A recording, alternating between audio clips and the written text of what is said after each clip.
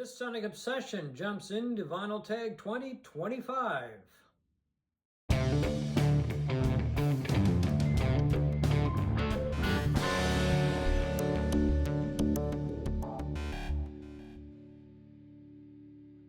Hello folks, I'm John Whidden. Right over there is Steve McLeod, and this is our contribution to Vinyl Tag 2025. We've got 20 questions, and let's get rolling, okay? Yeah, this was the original Vinyl Tag was presented by Pretty Green Vinyl Guy. And as always with this Sonic Obsession, I can't even say it. As always with this Sonic Obsession, you get 2 answers for the price of 1. That's right. Yeah, I never looked at it that way. That's why we have to be extra quick, too. Yeah, that's true. Okay. So question number 1. Best purchase of 2024, new or old? Okay, well, this is new. Didn't take a lot of debate on this one. It's the deluxe, super deluxe, I'm not sure what it's called. It's super deluxe version of Dave Gilmour's Luck and Strange. It's got a lot of stuff in it, including, once I get the thing open, this is difficult because all this stuff wants to come flying out. There you go. Can I help you there? Yeah. Because it's be the gopher. There you go. The roadie. If you can take that, that would be great. It's got a sheet, of course, to tell you what's in the package. It's got a Blu-ray disc. It has got another box in the box with 2 albums, the full album plus some extra cuts. I'm not going to dig those out. It's just a beautiful package, and it has got a book, a hardcover book. And on top of that, it's a great album. Well, that's the other thing. It's not just a great package, but it is a tremendous album. Might be my #1 pick for the year. That's still a bit up in the air. But anyway, that's my best purchase for 2024. Okay, mine is, how do you pronounce this? Mahashmashana by Father John Misty. Oh, okay. You didn't even mention that you picked that. No, I didn't mention it. And I picked this besides being a very good album. The reason I don't, it's not my favorite album of the year, but it certainly would be one of them. The reason I picked this is that it is better than I would have imagined. Okay. For him, because I've heard some of his music before, and he gets a lot of attention, but yeah, he doesn't much for me. Some songs I like, others not so much, but this is a great album from beginning to end. It's very orchestral.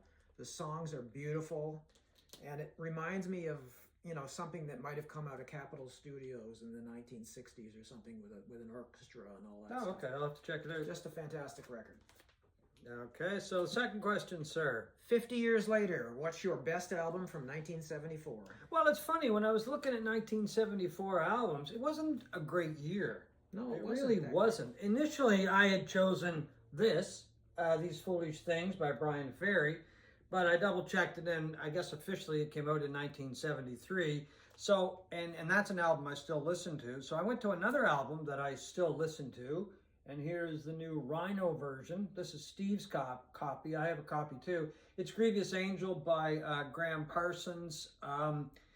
This is another album that I just dig out every once in a while and play. I mean, it's got Emmylou Harris on it. I mean, a tremendous band. I think one of the greatest albums ever made as far as that's concerned. Unfortunately, Graham Parsons died much too young, and released a couple of solo albums, and of course he did his work with Flying Burrito Brothers. But I don't know, one of those guys that I would have loved if he had lived longer, of course, because I think there was a lot of talent there still to come. So. Yep. Anyway, my choice for a favorite album of 1974 is Pretzel Logic by Steely Dan. This was the first album of theirs I heard. I got it for Christmas in 1974, and I went nuts when I heard this thing. Immediately went out and bought Can't Buy a Thrill and Countdown to Ecstasy. This is Dan. This is probably my favorite Steely Dan album. It's when they were still largely a rock and roll band, although they were beginning their transition into the smooth jazz perfectionists that they became with it. I think some people call it yacht rock now. Oh, that just drives me nuts. that's why I mentioned it. Anyway, 'tis the season to be jolly, folks. Screw you too for Christmas. Anyway, my favorite album of 1974, Pretzel Logic. Okay. Number 4, the best band from your home country. Okay, well, that, once again, no debate on that one. That would be The Band. This is music from Big Pink. And before you start saying they're an American band, they're not an American band. They are a Canadian band who happened to live in the United States. There was only one member of the band that was American, and that was Levon Helm. And Levon spent a lot of time in Canada when he first came up with Ronnie Hawkins, and as a member of the Hawks, which morphed into the band. So I consider him an honorary Canadian anyway. Yeah, and that's my choice as well. I mean, yeah, to your point, they were the Hawks in Toronto. They started in Toronto. They went to the States. It's a little like saying because David Bowie lived in New York for the last 20 years of his life, he wasn't British, you know? Yeah, exactly. Because yeah. you made your business in the United States. They were one of the most influential bands of all time. And certainly the most critically acclaimed Canadian band. Yeah. Okay, the next one, we got to move this along. An artist you miss dearly. Oh, okay. That's, once again, no debate on that one. That would be John Lennon, and I had a copy of Imagine here. You got it somewhere. Oh, I had it right here, but here we go. My favorite John Lennon solo album. Just a tremendous artist, not only with the Beatles, of course, but his solo work was tremendous as well. Never tire of his music. One of a kind. Just a tremendous loss to the world, the music world. Hard to beat. Yeah. Mine is Tom Petty, and I might get a hernia doing all of this. This is a collection of his that I've got. This is another collection of his that Good Lord. got. That's the Wildflowers box. This is another collection of his I've got. Oh. Yeah. The live anthology, which is tremendous. If you love live Tom Petty. And I happen to have every studio album, including the box sets. I'll just gonna take one of these because I think I need to nap. Okay, well, we're just gonna take an intermission here, folks. Yeah, I've had a stroke. I'm not as strong as I used to be. I have everything pretty much they ever put out. Tom Petty and the Heartbreakers. I do view them as a band. I think they are the greatest American band of all time in my mind. And I don't agree, but that's fine. And I think he is the most consistently good rock artist ever. Like, his albums from beginning to end were consistently good. You can't say that about anybody. Neil Young had his fallow periods, David Bowie, but Tom Petty never did, and he was an automatic buy for me right up until his death. So I miss him dearly. Okay. Anyway, next question. Best live album in your collection. Oh, well, okay. I think if anybody watches this show or has seen a few episodes, they would know that the answer to that would be At Fillmore East by the Allman Brothers Band. No surprise there. Greatest live album ever recorded by any band, any artist, that doesn't matter. Any genre of music, that is the greatest live album ever recorded. That's not even up for discussion. Except for this one, which is Rock and Roll Animal by Lou Reed. Okay. Just an incredible live album. The twin guitars of Dick Wagner and Steve Hunter, which is the intro to Sweet Jane on this. It is a perfectly concise live album. I think part of the problem with a lot of live albums is they go on too long. Yep. I agree with that. You can't say that about this. This is very concise, and it's Lou Reed at his best. An absolute classic. Okay. And the next one is Your Partner Just Dumped You. What album are you putting on? Okay, well, Kind of Blue by Miles Davis. Don't have the album, but if you put this on, you wouldn't really want to have to get up and turn it over anyway. You just want the CD to play through, and you can go through your depression or whatever the case may be. So Kind of Blue, not only great music for such a thing if it did happen, but great title. So can't lose with that one. Well, my choice, unless it is your partner. Yeah, my choice is Blood on the Tracks by Dylan. I speak from experience. I was dumped. Oh, really? Okay. Back in the late 70s, and I played this constantly. Did it make you feel worse or better? Oh, it made me feel worse. It was, thought to be his divorce album from Sarah, his wife. Oh, I think it was. Well, he denies it. Oh, but that's Dylan, yeah. But these songs like You're Gonna Make Me Lonesome When You Go, and If You See Her, Say Hello, Buckets of Rain. That's kind of the way I felt back then. Yeah. Anyway, this is my Lose Apart. Well, you're recovered. Yep. That's good.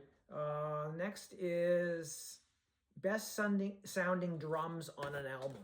Okay, this I'm going to give to Bill Buford from Yes, and especially on this album, I just find the drum playing on this album. I became a disciple of Bill Buford after hearing that album because he's just so talented, and there's just so much energy with his drums, and he puts little fills in, and I mean, he kind of makes that album, along, of course, with the guitar playing of Steve Howe and the singing of John Anderson. But it's those three things, I think, on that album that come together to make it just a tremendous album. And I've listened to Buford over the years in many of the groups that he's played with. I mean, he's played with King Crimson for a while, played with Genesis for, I don't know, 10 minutes or something like that. But the last he's been doing, it's been a lot of jazz work, and I've got a number of his CDs with his bands or his solo stuff, and he is a tremendous drummer, just period. Well, my choice is a guy who replaced Bill Bruford later on in King Crimson, and that's Gavin Harrison. This is Porcupine Tree Live, Continuation Live, which was a tour that I happened to see. And, you know, the question is best sounding drums. Not only do I think this guy is maybe arguably the best rock drummer in the world today, the sound of the drums on this album are just perfect. You know? Well, that's like Fragile. Yeah. When they get that sweet spot, when they're mic'd properly, somehow that magic that comes out. And the drums on this sound absolutely incredible. This is the Blu-ray audio version. Favorite artist who is a member of two or more bands? Okay, I'm going to give that honor to a guy that probably not many people know the name. Anyway, it's going to be Ian MacDonald. He played on the first King Crimson album, and then he also made an album with another member of King Crimson called MacDonald Giles, and then he took off and went to the United States and hooked up with Mick Jones, who used to be in Spooky Tooth, and a bunch of other guys, and they started Foreigner. And then he went back to King Crimson a couple of times. I think he played on Red and maybe one of the other albums. And then he formed this other band called the 21st Century Schizoid Band, which did a lot of King Crimson. And unfortunately, he died, I think it was 2022, Ian passed away. But just one of these incredible talents. And I mean, as you can see from the caliber of music that he produced with other people, I mean, so that's some really good music there. And a tremendous talent, played a lot of wind instruments and keyboards, and just a lot of contributions to King Crimson and, of course, Foreigner. And that first Foreigner album, I think it's a great album. I kind of lost interest after that album. Me too. But anyway. My choice is a little cliched, but really, when it comes down to it, I didn't really have any choice. And it's Clapton, you know, Derek and the Dominoes. It is Disraeli Gears in Cream. There was John Mayall's Blues Breakers. There were the Yardbirds. Blind Faith, even Delaney and Bonnie That's and right. Friends, if you want to count that as a group. Anyway, he was my first guitar god. I talked before about hearing Disraeli Gears for the first time and how I got chills up the back of my neck because I didn't really, pay any much attention to guitar until he came along. Clapton is God was famously painted in the subways of London. London, yeah. And he was God to me for a number of years. There's the bloom is off the rose. Oh It yeah, has been no, for a long time, but he was an amazing player, particularly in Cream. Yeah. Okay, John, number 10, Beatles or Stones? Oh, Beatles. That's, I mean, don't get me wrong, love the Stones, but the Beatles,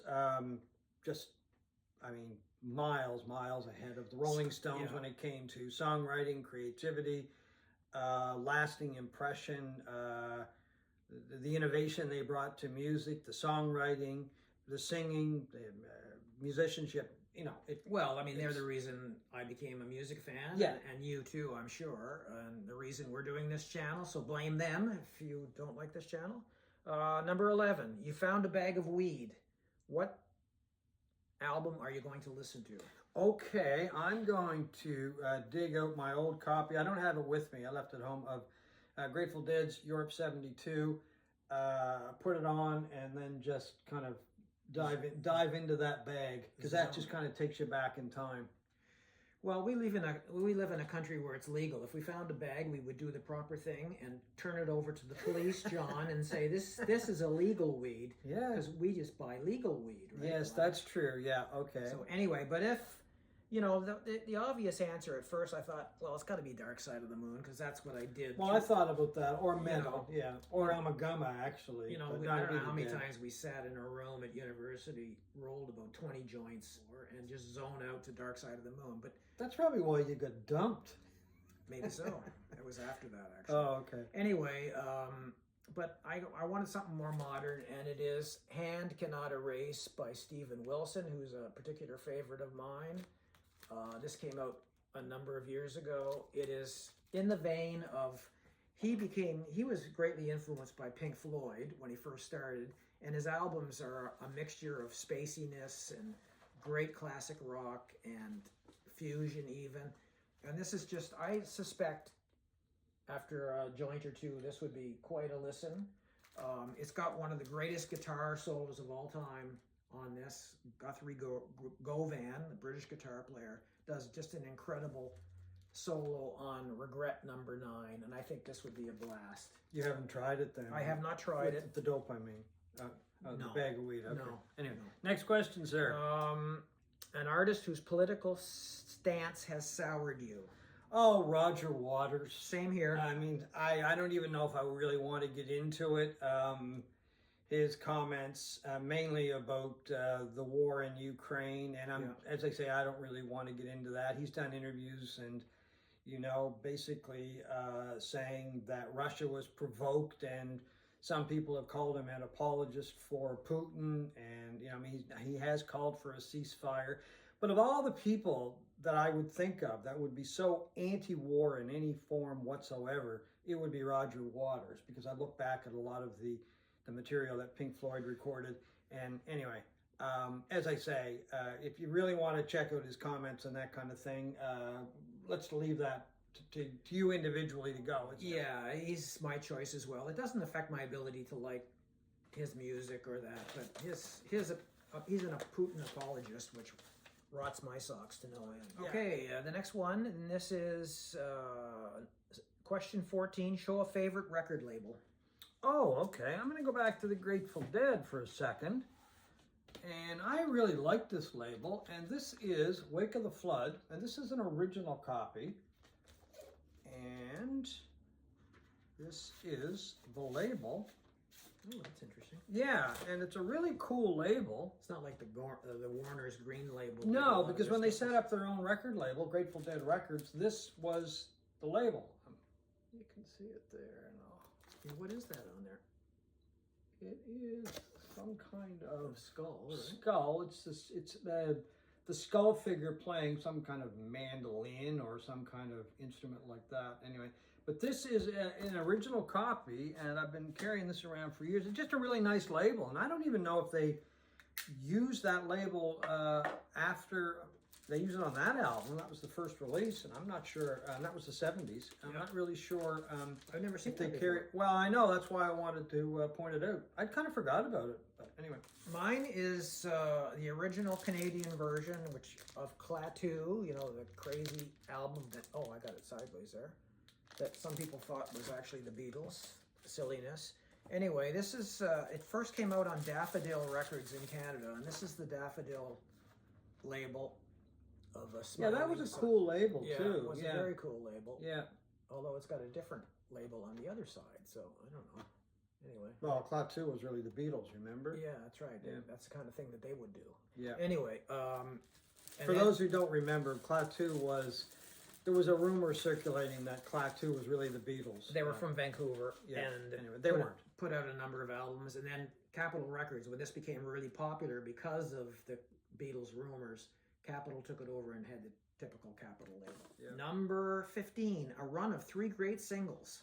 Okay, well that really, once again, not a lot of debate when it comes to that. That would be the Beatles. So I'm going to start off with, let me see here. Hey Jude. No, Lady Madonna. Then Hey Jude, Revolution, which is really one single. 2 songs, but 1 single. And then Get Back and Don't Let Me Down. And here is a copy. And this has been kicking around for many, many years. And I got this from my cousin, who sadly passed away a few years ago. So thinking of you, Kenny. And it's Hey Jude and then Revolution. I got that from him many, many years ago. And anyway, it still has the original Apple, I'm not even sure what you would, sleeve, I guess that is, but it's a ragged sleeve number. Yeah, the Beatles is my choice too. I don't even own a single, but I just put down a run of Help. The flip side was I'm Down. April of 65. December of 65 was We Can Work It Out and Day Tripper on the other side. And then in 66, June of 66, Paperback Writer, and the other side, Rain. And that was the great thing about the Beatles, because, you know, when you used to buy singles back then, the B-side was a B-side. It was a song that nobody usually cared for or played. But the Beatles were different. Yeah. They had flip sides, like you think of the Yellow Submarine, which I hate. Yeah, I'm not a big The flip fan of that side song. was Eleanor Rigby. Yeah, You know, I know. one of the greatest songs of all time. Next question. A record store day purchase, number 16. A record store day purchase that you actually consistently play. Yeah, this is one that came out 2023. I haven't played it lately, but I played it quite a bit in the spring and leading into the summer. I think the reason for that was Emmylou Harris was coming to town. I really liked this album. It's Graham Parsons, Emmylou Harris, and the Fallen Angels, and it's a live show from Philadelphia in 1973. So I'm gonna point that one out. You know, I don't play that every week or anything like that. I did play it a lot during the summer, leading up to her show here in Halifax, and I played it quite a bit after she performed here as well. How about you? Mine, in keeping with my earlier thing about late artists that I desperately miss, it is the Kiss My Amps Live, Volume 1 and 2, by Tom Petty. I mean, I love live Tom Petty, and these are No kidding. these are great Tom Petty Those 2 are great. I have both of those as well. live albums. Yeah. Excellent. Number 17, you can be reincarnated as any artist, dead or alive. Who's it going to be? John Lennon. You're gonna be, well, look at that. I got to be the Paul cute. I McCartney. got to be the cute Beatle, and the one who's lived longer too. So, you know, I've often wondered what must it have been like to be a Beatle, to be in the greatest band of all time, to go into the studio every day. And the only way you're going to know that is if you are inside the head of someone like Paul McCartney Or John Lennon. or John Lennon. You know, 2 of the greatest songwriters in history. Yeah. And they complemented each other, and he was the cute too. Beatle too. So that I'd like to experience that. Well, I mean, I liked Lennon. I liked his attitude. I mean, you know, Lennon really didn't take a lot of crap from people. He spoke his mind. I always liked that. My nickname from a few of the guys that I used to hang around with years ago was Ono. They called me that, joking around. It kind of stuck for a while. He was just really cool. I mean, a tremendous singer, songwriter. I mean, one of these great songwriters, as I mentioned earlier, and of course with McCartney. I mean, He's still going strong. yeah, you know? exactly. I mean, the Sadly, Beatles. John isn't. You know. Yeah, right. So yeah, I would love to come back as John Lennon. As you pointed out earlier, not a long life, but boy, did he achieve a lot in that short life. Okay, number 18. We're getting long here. We got to cut this. Yeah. Best 3 lines in a song. Okay, well, I'm going to go with, once again, John Lennon, because I think In My Life is the greatest song ever written. It's just got so much emotion, and it's got so much feeling wrapped up into a few verses that I think it's just tremendous. The Beatles version, of course, I think is the best. So it's actually, I think, 4 lines, not really 3. So, though I know I'll never lose affection for people and things that went before, I know I'll often stop and think about them. In my life, I love you more. I just think it's a tremendous few lines Okay, my choice, and and touching as well. Yeah, it is. I forgot to pull the album out, but everybody's seen it. It's Born to Run by Bruce Springsteen, and this is actually 4 lines. I don't know how you can do 3 lines. Yeah, I know. I found it difficult. So we cheated on that Yeah. one. So fine us, I guess. I've always loved this. Baby, this town rips the bones from your back. It's a death trap, a suicide rap. We got to get out while we're young, because tramps like us, baby, we were born Oh, yeah. to I run. mean, that's tremendous, too. That is just absolutely perfect. Okay, 19, an album you never tire of. Okay, where did it go? Oh, it's over there. You've got it. Which one? Abbey Road. Oh, yeah. It's right yes, there in yeah. your... Hang on. Yeah, this is a little of a strange situation. I was looking for my Abbey Road album the other day. They framed it. And I had it framed, and it's on the wall, just the cover. I think everybody's familiar with the cover I anyway. think they know the cover, so... Yeah. Okay. Definitely, I'm just never even tired of that album. I could listen to it like every week and still not tire of it. And there's how many years ago it was released, and I still love it. You know, my favorite Beatle album, my favorite album of all time, and it still sounds fresh. I mean, it really does. You know. Okay, my favorite one I never get tired of, my favorite album of all time. This is usually in every list I do, is Ziggy Stardust by David Bowie. I've played it more than any album ever, and I still am not tired of it. Okay. Sorry, folks, we've screwed up in our old age and excitement over doing the Vinyl Tag 2025. We've missed a couple questions, so we're going to have to backtrack and do it again. Question number 3, an album that defines a genre, John. Okay, anyway, I just put it to one side, so I had to dig it out. It would be In the Court of the Crimson King by King Crimson, and it would be prog rock, considered by many to be the first prog album. It's one of those albums that has stood up to the test of time. I was just listening to it actually the other day, and it seems every time I listen to it, I hear something I hadn't heard before. Just a brilliant album by a brilliant band. So that would be In the Court of the Crimson King. Well, that's a good choice. Mine is Electric Warrior by T-Rex, which is maybe considered to be certainly one of the earliest, if not the first, glam rock. It had all the makings of a glam rock album. This sort of sexually ambiguous pop star with the fancy clothes. Mark Bolan. Yeah. You know, some makeup and guitar-oriented and poppy songs that became hits. And certainly he and Bowie were at the forefront of that, but he did it. This was 1971. I'd say he did it first. Another album that stood up the test of time. Still a brilliant album. And the other question is... I'm jumping the gun here. You want ready to throw it up. Want to miss this one again? No, go ahead.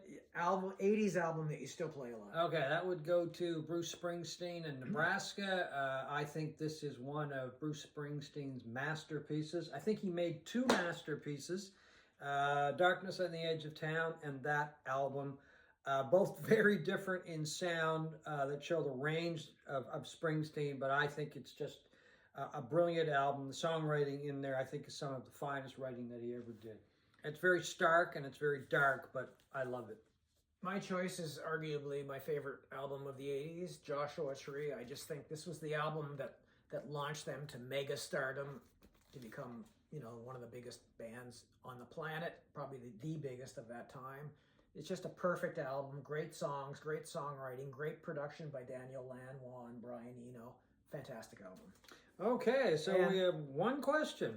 Share your favorite VC channel. Okay, I'm going to give my hats off to Fitz Electric in Western Canada. Anyway, I really enjoy Fitz's channel. We've met Fitz. He was in town, a couple of years ago now. Well, he's been in town a couple times. Anyway, we got together. Really nice guy. I really like the topics that he picks, always enlightening, and I've got a few hints over the years as to things to listen to. Yeah, so, anyway. His tastes are very eclectic. Very eclectic. And he's seen a ton of shows, which is a good thing. Yeah, sometimes I'm envious. Well, not envious.